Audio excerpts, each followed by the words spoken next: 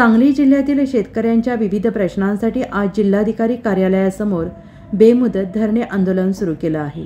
यामध्ये शेतकऱ्यांना कोणतेही निकष किंवा अटी न लावता तात्काळ शेतकऱ्यांचे 7/12 कोरे करा आणि शेतकऱ्यांच्या शेतीमालाला हमीभाव द्या, तसेच शेतकऱ्यांकडून आकारले जाणारे GST तात्काळ रद्द करून दूध वाढ करून पशुधन वाचवा, अशा विविध मागण्यांसाठी आज शेतकऱ्यांनी जिल्हाधिकारी कार्यालयासमोर बेमुदत धरणे आंदोलन सुरू केले आहे।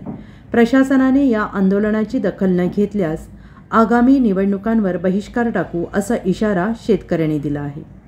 मी विनोद मोरे मिरज तालुक्यातील एक शेतकरी आहे। आज आम्ही सर्व शेतकऱ्यांसमवेत माननीय जिल्हाधिकारी कार्यालयासमोर बेमुदत धरणे आंदोलनास बसलेलो आहे। आज आमचा आंदोलनाचा पहिला दिवस आहे। तर या आंदोलनाच्या माध्यमातून आम्ही शासनकर्त्यांना आणि या शासनाला शेतकऱ्यांच्या विविध मागण्या घेऊन बसले। त्या संदर्भातील मागण्या आमच्या शेतकरी कर्जबाजारी होऊन आत्महत्या करीत आहेत।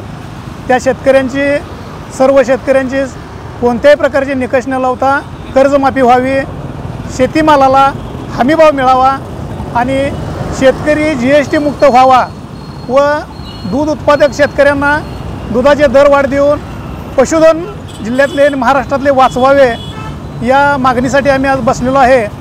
तरी या शासनकर्त्यांनी आणि शासनाने या आंदोलनाची गांभीर्याने दखल घेऊन तात्काळ या शेतकऱ्यांच्या मागण्या कराव्यात, मान्य कराव्यात, अन्यथा येत्या सर्व प्रकारच्या निवडणुकांवर आम्ही पूर्ण शेतकरी वर्गातून बहिष्कार टाकण्यात येईल, याची प्रशासनाने नोंद घ्यावी।